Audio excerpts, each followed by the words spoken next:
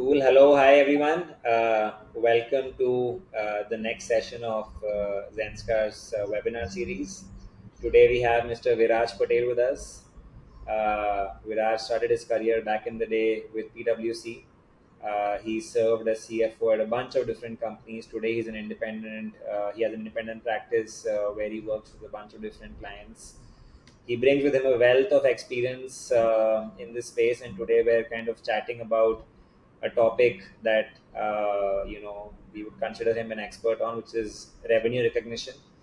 And it's something that we hear a lot from people in our community, like nuances of RevRec, how they vary across different kinds of pricing models, how RevRec itself, as a field keeps on evolving, with pricing evolving, with just like regulation evolving. So wanted to kind of touch upon a bunch of those topics that our community writes to us about. And yeah, maybe Viraj, you can take a couple of minute or so to introduce yourself for the rest of the community, and then we can dive right in.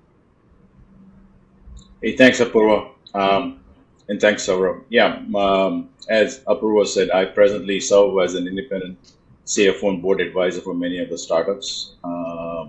Prior to that, I had been a CFO for some of the large public companies and startup companies, taking them to Series A, B, C, and exit activities. A lot of my experience has been on the industrial technology companies, which is like think of a semiconductor company, which is industrial tech, meaning they have a semiconductor and the software that makes it work. And I've also done pure SaaS companies in my experience. My career began at Pricewaterhouse. That's where my formative years were experience was gained. This is back in New York, and then I've moved in the industry back in the 90s. So, but I look forward to the dialogue of Purva and Saurabh, and I'd like to share as much as I can. I generally would like to say to people is I try to focus on the business concepts and the economic models for a business, because I always think revenue recognition accounting rules are good to have because for consistency. But at the end of the day, every enterprise is running a business from an economic and business perspective. So if you manage it sustainably, I think things kind of work itself out. There will always be trickiness in revenue recognition, but at the end of the day, the job of objective of business is to make a product, license a product, sell it, collect cash, and pay the bills. That is what I generally try to work on, and that's what I try to share my experience on. Awesome. Cool. Saurabh, I know you had a question to begin with. Let's just get started with that. Yeah. So I think to start with, maybe we can just start with like a broad overview of what is revenue recognition, and why is it important? Yeah. So I mean, typically, as you know, businesses are in the business of making a software, developing a software, licensing it, or making a product and selling it, right? So from an accounting perspective, if you want consistency in financial statements, the regulators around the world want to apply certain rules that are consistently applied, because revenue recognition is not based on what somebody likes revenue to be, but is based on a consistent set of principles that are applied. Traditionally, before the software industry became software 20 years back, it was more like, okay, what are you selling, right? There was no such thing as the licensing, right? What are you selling? And if you're selling something, you recognize revenue based on that. So, for example, when I was at Pricewaterhouse, IBM was my client, right? I never considered IBM as a software company, which it became a software company, which now is a services company. But back then, it was like considered a large industrial company. They made systems, right? So it was what was being sold. There was no bifurcation between hardware or software. It was just like a big box. And if I say this, I'm dating myself. It's like System 400s, 3090s. These were their mainframes, and I think they still use some of the large mainframes, right? And they're selling that, right? And the operating system is sold with it. There is no differentiation between, and we were the auditors of Pricewaterhouse, between what's hardware, what's software. Okay, General Motors is buying, 10, 30, 90s, boom. This is the value, and this is the revenue reckoning that gets recognized. But things have changed with the advent of technologies such as cloud technologies. Things have changed to the SaaS side of the model. And prior to that, there was perpetual licenses too. So Hopefully that answers your question, Saurabh.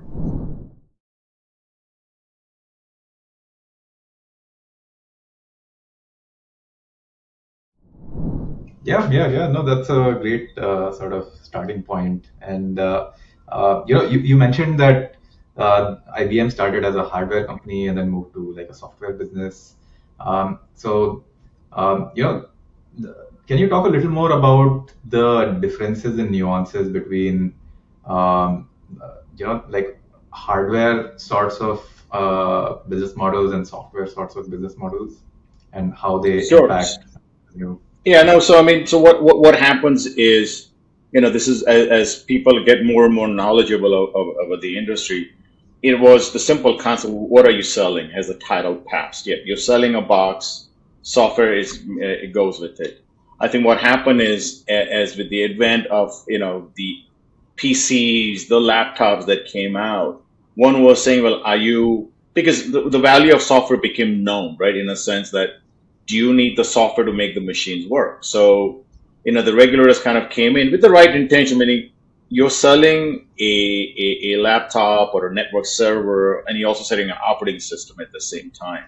How do we know what you're selling and what is the price? Because technically you can construct two deals for the same value, but different components in it without knowing that there are different components in it, right? So in the traditional space, you're selling a box. Well, I'm selling Saroba a box for $5 million, and I recognize revenue. I'm actually selling a Purvo a box for 5 million, but most of it is software loaded and very little hardware is in it, right? But it's still 5 million. So the regulator started getting kind of, if you go back to the good old days of Oracle and Sun Microsystem, again, from early 20, 25 years back, they were selling these servers with systems on it, and some of these were very sophisticated systems. So the regulator started questioning, look, what have you sold, a box, or have you sold the software, or are you selling a combination of two? So that's when the rules got really tricky, and they started actually, and I've seen it myself. Rules were principle based before, but now they're becoming more regulatory based, meaning for each line item, they're asking you to bifurcate this, bifurcate that, take this out, take this out. Before it was like you sell a box, you sell a box. Now they're saying is take what are the obligations, what are you actually selling, and bifurcate the contract based on that. So it's more tricky, but I think it's just the advent of accounting technologies, right? Things happen, and people want consistency from time to time. So.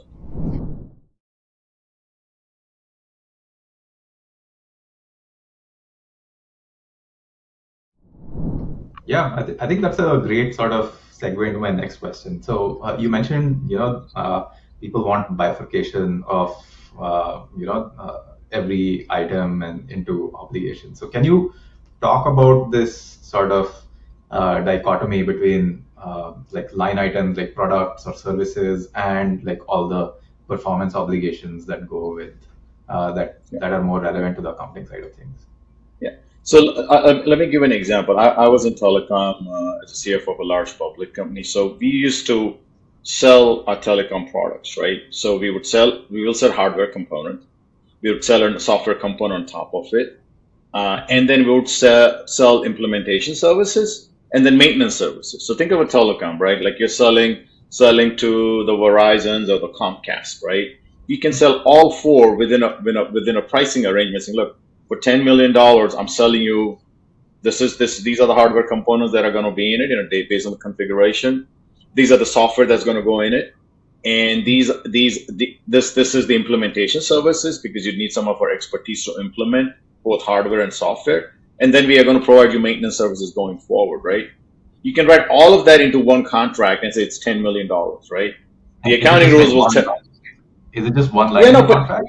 yeah, but what I'm saying is the values are fungible in a way, right? If you think about it, right? Mhm. It's Yeah. what does a customer want to drive the revenue recognition towards, right?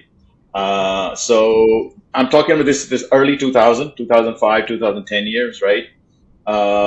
So we would so I could construct one contract for a customer for the same value in 10 million, and a contract for the same value but in a different configuration, right? Now the accounting rules will tell you bifurcate the software component separately. Maintenance has to be recognized over 12 months, and implementation services as you go along, right? Now I could, if I make the values fungible between two contracts, right, where the values are different, I can actually recognize revenue more upfront or less upfront, depending on what I wanted to do. So that's where the bifurcation comes in very important for this for this exercise, especially for companies that are in, I call it industrial tech. There's a hardware component and a software component, right? And it is by far the most trickiest industry, I said, telecom, because you're selling not only a box, but sometimes your box is included into a competitor's box, OEMing the box. So all these things stay in place, but you are a component of some other large companies. So you have to find out whether the titles have passed, what are the return obligations from the customer, and your prime contractor, because your box is inside one of the larger boxes, is the one dealing with the customer. So it gets very tricky from an accounting perspective. But as I said, I actually go back to a fundamental, as a CFO, I go back to one fundamental thing. Okay, what is my business cycle? Is it making economic sense? Yes, 10 million is great value to have, but what does it cost me to deliver that $10 million, right? Because at the end of the day, you have to make sure it has to make economic sense to them.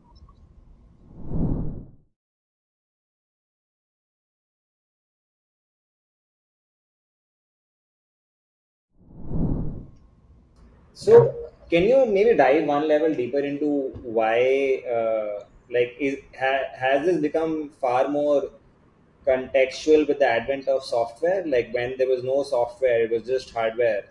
I'm talking like, decades back in the day.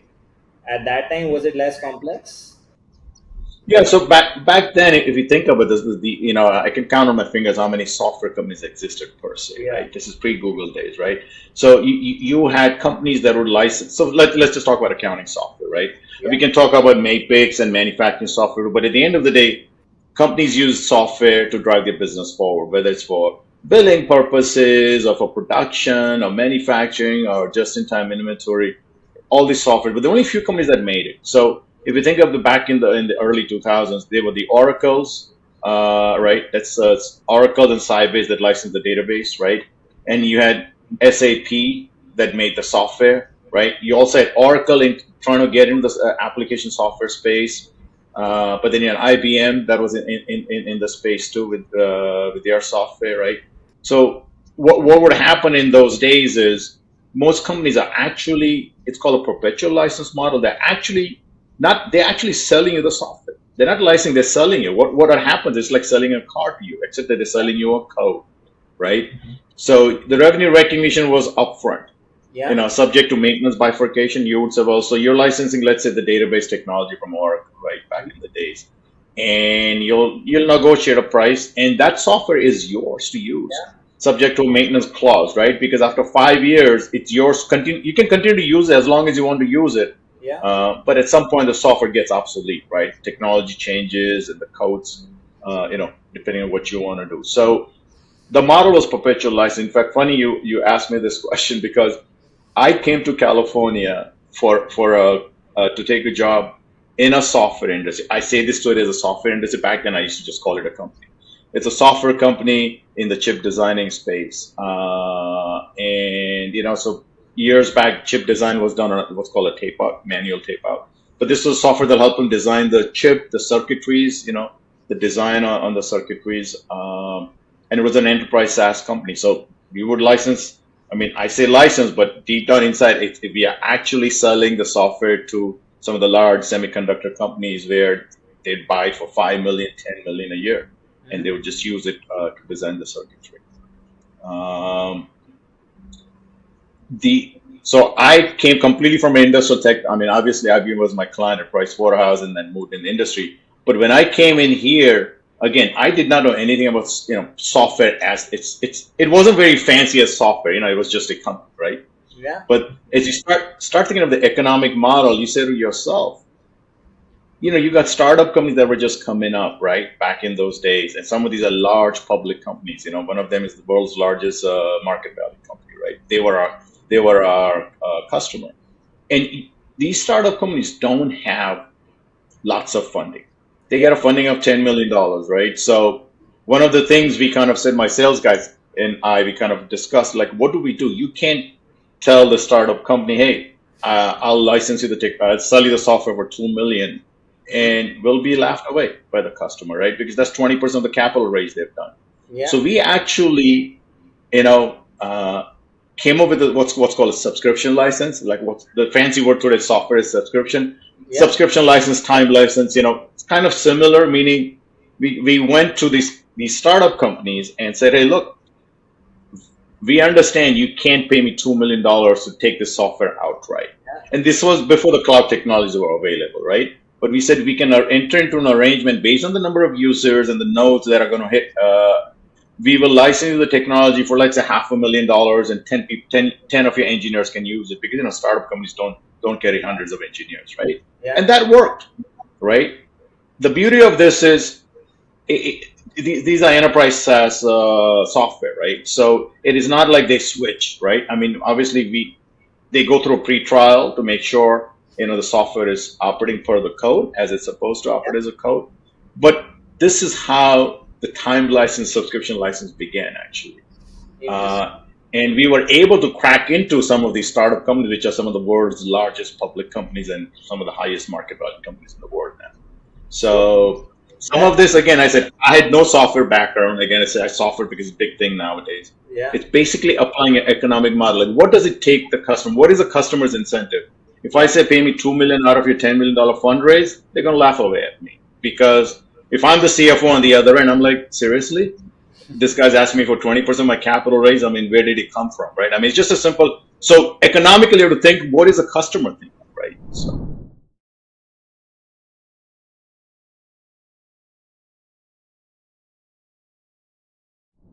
Yeah.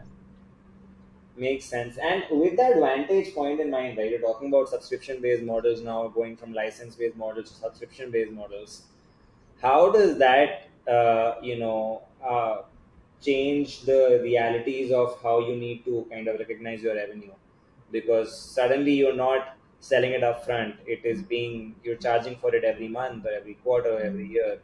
So why does RevRec have to be different, first of all, at a fundamental level? Why does it have to be different at all? And then secondly, how is it different? How is it less or more complex? That would be super helpful to understand for our community.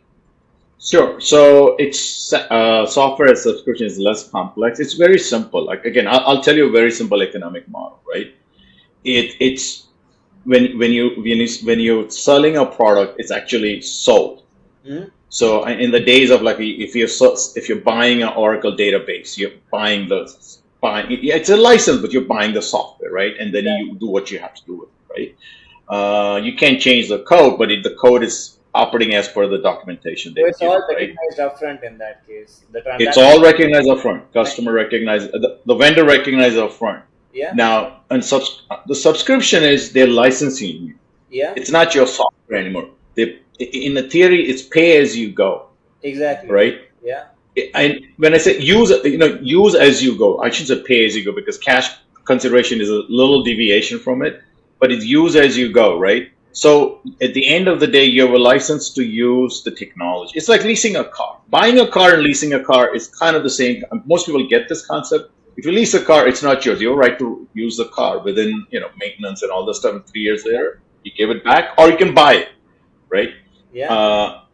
Buying the car is the same thing. Either you buy it, you own the title of the car, and it's up to you what you want to do. So essentially, it's the same concept, except instead of a car, which is tangible, it's just software that you can't see. It's just licensing. So the advantage of subscription is this. Customers, depending on how the contract is, customers will generally ask, especially enterprise SaaS. Yeah. Will ask for right to use as what is available, and as long as the vendor says if and when available, that's fine. Meaning, like Microsoft Office licenses, right? You think about it, whatever it costs, $300, $400, right? Yeah. If you pay them the annual fee, even though you're downloading it on your laptop, as Microsoft upgrades it, new features come out, you have a right to use that new tool if and when available. They're not guaranteeing you, but you have a right to use it, and that's why the subscription works for you, because if a new pivot table way comes out, then it's great for you, right? Yeah. But at the end of the year, depending on what your license term is, it expires, it goes away, Yeah. right? two things have happened economically. The vendor gets predictability of their business model, Yeah. right? I mean, obviously customers could change and we can talk about this later, but vendor gets a predictability, right, of the business model. And you as a customer, like if I don't like it for Microsoft is a smaller value, but I'm not talking about ERP systems. But if you as a customer don't like it, you can always say, okay, enough is I'm going to switch to something else, right? So there is no commitment on it, right? But you also have the opportunity to get new features as and when they come out, right? And that's why it works. Now, what made this thing happen is the cloud technology. Mm-hmm. Guys, if I go back to early 2000s, right, my first year in software, there was no cloud technology. Yeah. You have to do what's called an FTP, right? File transfer protocol. Again, I don't want to sound like as an engineer, but we had to release a license that would then FTP will go into the client. It will help the client install it in their servers, right? And that's how it worked. Now you just, like Adobe's licenses, Microsoft's licenses. Yeah. Even some of the larger, like the SAPs and Oracles, the cloud computation happens, right? In the cloud. So you have the power of access through cloud. You have the computational power and you have the storage power. So you don't need any fancy hand holding. Obviously, you got to get used to the software, but all that thing has happened because cloud technology is so prominent now over the last 7 or 8 years, and especially with the computational power out there. I mean, I can see a lot of these companies that are doing AI stuff. They're going to rent. They're going to go on the AWS server and they're going to rent the computational power and do all the AI stuff because companies can't afford to buy it. So, and if it works, great, right? But how does this impact rev? Like I'll give one level deeper. Like whether it's happening on a subscription basis, I'm not recognizing it upfront. How does the Yeah, so rev rec happens over a course of time. So if you think of a subscription license, right? If you think about it, it's like, so typically there's a performance obligation, right? In all contracts, there's a performance obligation, there is a contract, and there is a term, right? Especially a term in the subscription license, right? In a perpetual license, you're buying it outright. So the term is only for maintenance. So in a subscription license, the vendor will say, well, here's what I'm going to deliver to you. Yeah. Here are the modules I'm going to deliver to you, right? And my performance obligation is as per the documentation, which is like if you look at Microsoft license, right? You have access to it as and when you want it, and you get it, right? And here's a 1-year term. So under the accounting rule, essentially you're leasing, you're licensing, you're leasing. So the simple way of looking at it is you're recognizing revenue as you go, as a customer is using the license, right? And typically, you can pay upfront or you can pay as you go, right? I think most vendors would like to get payments up front because they try to discount it a little bit, and they amortize that value over the course of 12 months, 24 months, depending on the term of the license. And some let you pay as you go, right? Which Microsoft lets you, it's like a $19.99 per month, or like you pay $240 for the year, or $200 for the year just to get a little bit of a discount, right? So that's the big difference. And title has never transferred. You have a right to use a provenance, Saurabh. You don't have right to own. That is the fundamental difference. Fair. If you switch back to the car model, you have a right to use the car. After 3 years, the lease expires, car goes back to the dealer, or you can buy the car upfront. Does that help, or do you want more details on it?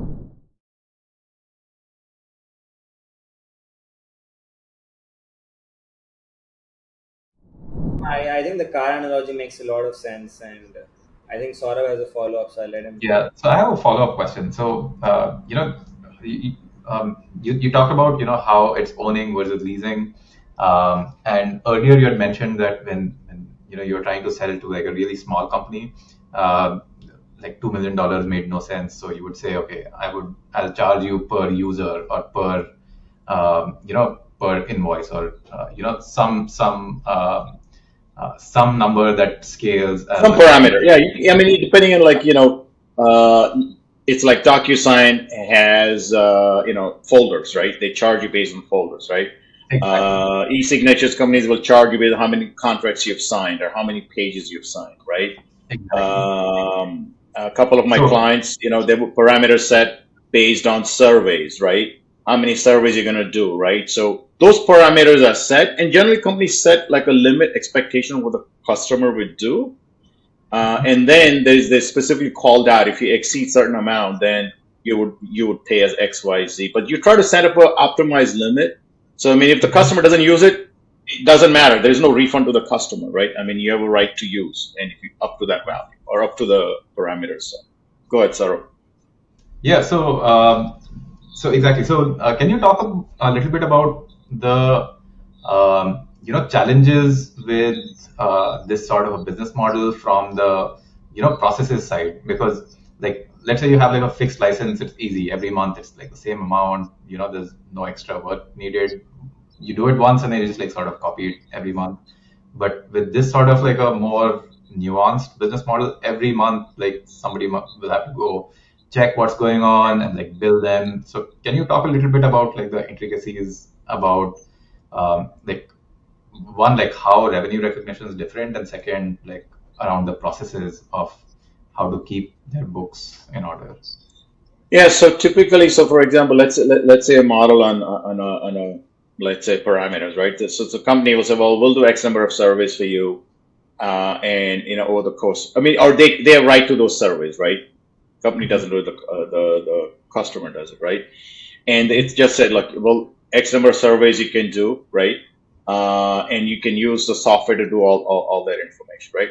So so the company is recognizing revenue based on that because there is no refund available, right? I mean, the parameter is set, right?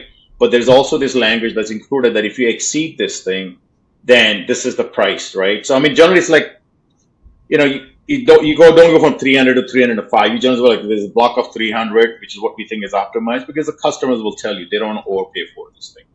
And Mhm. then if you exceed, the next 100 will cost you this, and the next 100 will cost you this, right?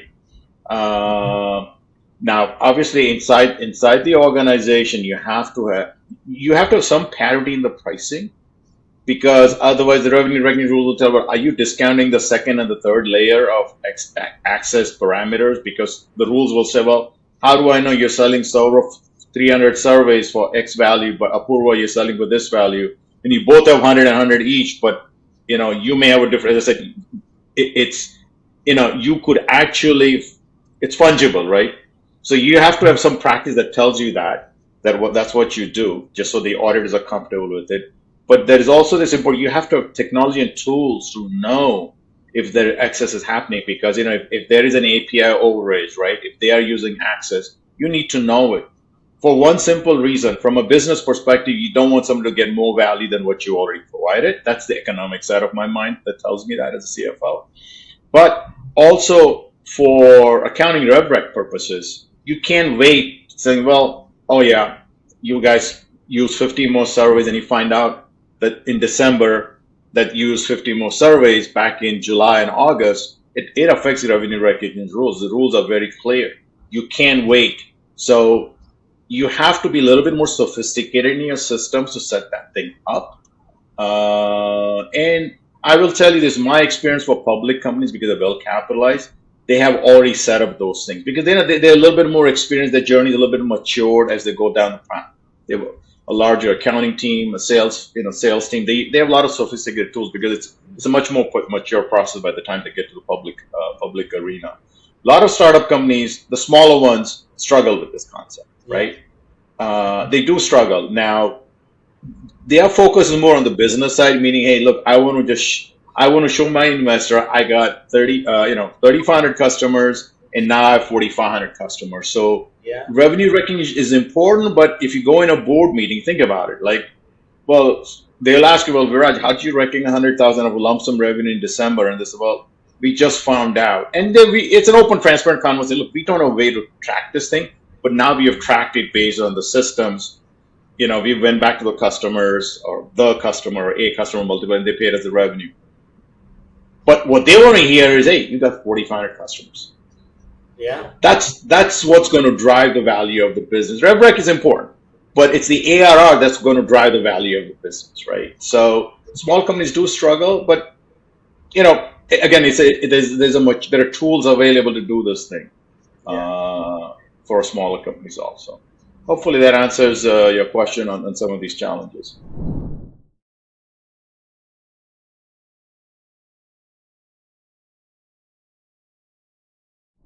Yeah. Yeah, that actually leads me to one follow-on question. Like, how important do you think is accuracy of revenue recognition?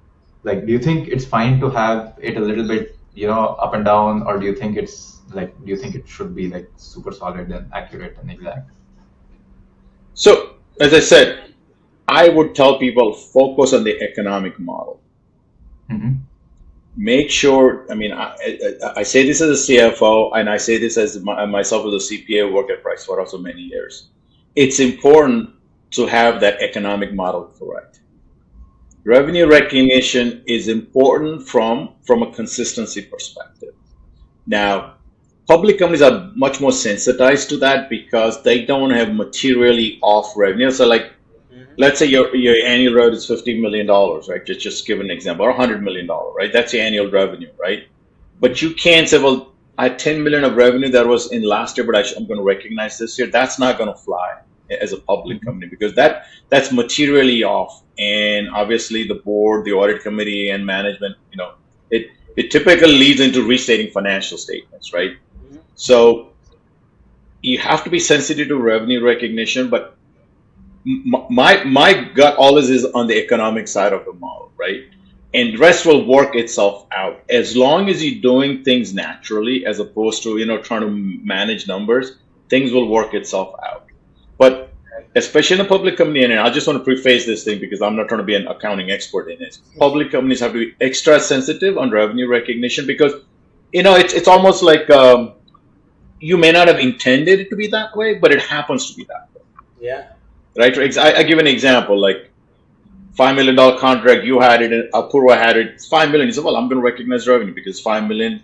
But the auditors walk in and they say, well, you're only selling hardware for this value and you're selling this for this value to Apurva. So it's different, right? Now you could say, look, I didn't know it. Unfortunately, the rules are the rules. Ignorance of law does not give an excuse for that. So Yeah. public companies are very sensitized, especially companies that are public or going about to go public. So Yeah.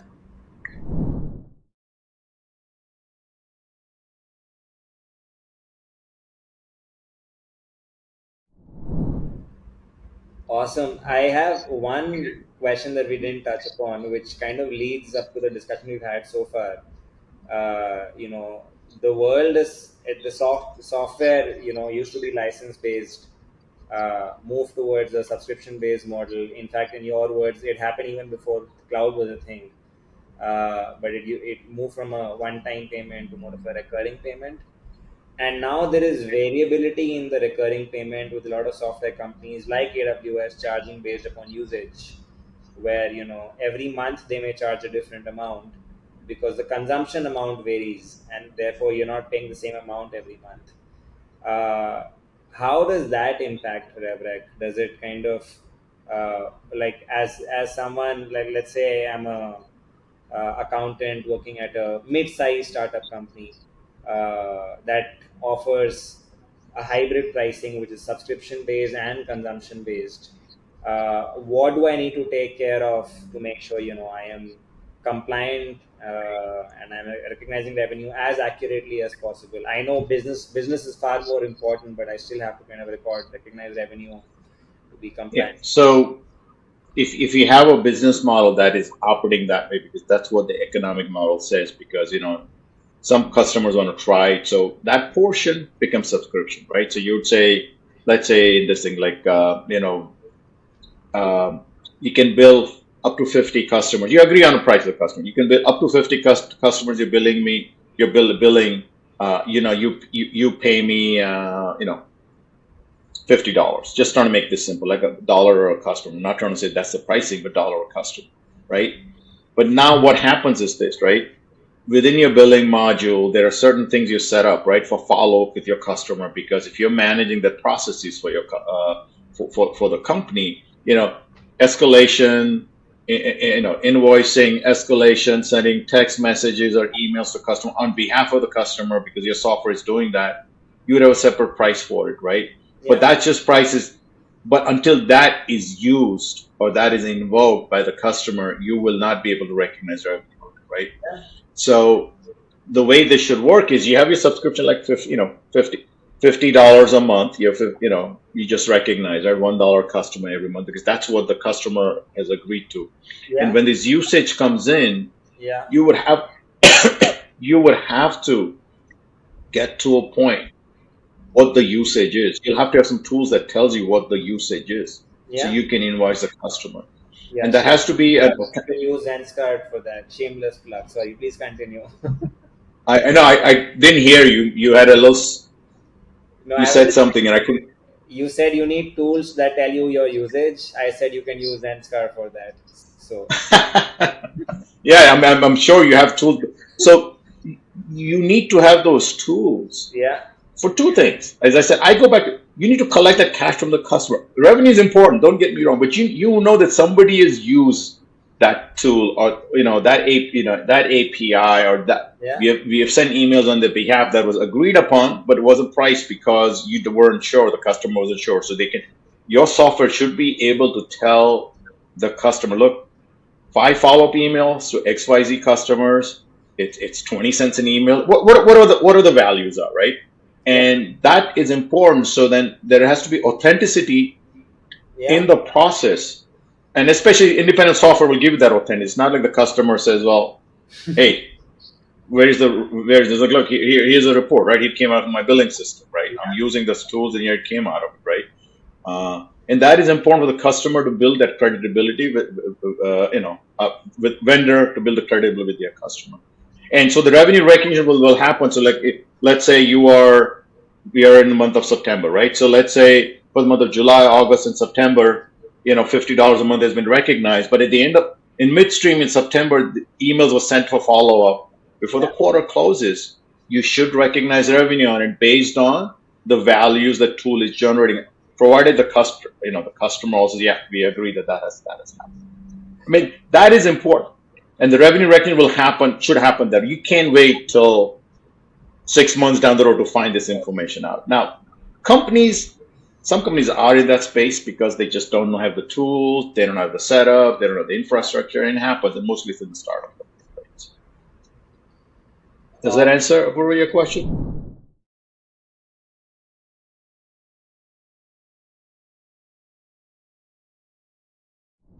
Yes, yes, very much. Yeah, that's exactly kind of what I wanted to kind of highlight to our community. So thank you very much. Saurabh, any closing questions from you? I know we're out of time, but in case you have No, something I else. think that covers most of what I had to ask. Viraj, any closing thoughts you would like to add on the topic? Anything to summarize the discussion so far? Yeah, no, I mean, I appreciate this opportunity to share my knowledge. As I said, I did not come from a classic software background. I still consider IBM one of my main clients as an industrial company. Yeah. But if I recommend to all the people who are in the profession, understand the economic model. Yeah. The revenue recognition will fall itself. I mean, the rules are a little tricky, but if you understand the because economics is what's going to sustain the business, right? Yeah. And now with the advent of cloud technologies, and I think subscription accounting is kind of prevalent across most companies, it's a much easier sell because from a vendor perspective, hey, use it. If you don't like it, you don't have to pay me. I mean, within the contract you pay me, and then you're off. You're not committed to me long term. You don't have to buy anything. You don't have, you don't have. It's if you think about it, a lot of companies used to invest in infrastructure, right? They used to have people on their side, the customers to manage the software. Now you don't need it. It's all happening in the cloud, right? So no, I appreciate the opportunity, and hopefully, we have bridged between the economic side of the model and the revenue recognition side of the model.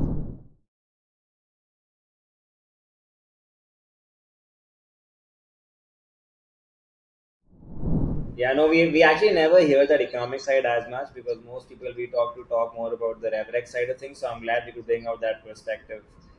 Yeah, Uh, that was good, very insightful. awesome, great, Viraj. Thank you so much for sharing these valuable insights with our community. And yeah, look forward to hosting you on one of our other sessions in the future. Yeah, Hey, thanks a thanks lot. for the opportunity. Yeah, good talking to you, Apurva and Saurabh.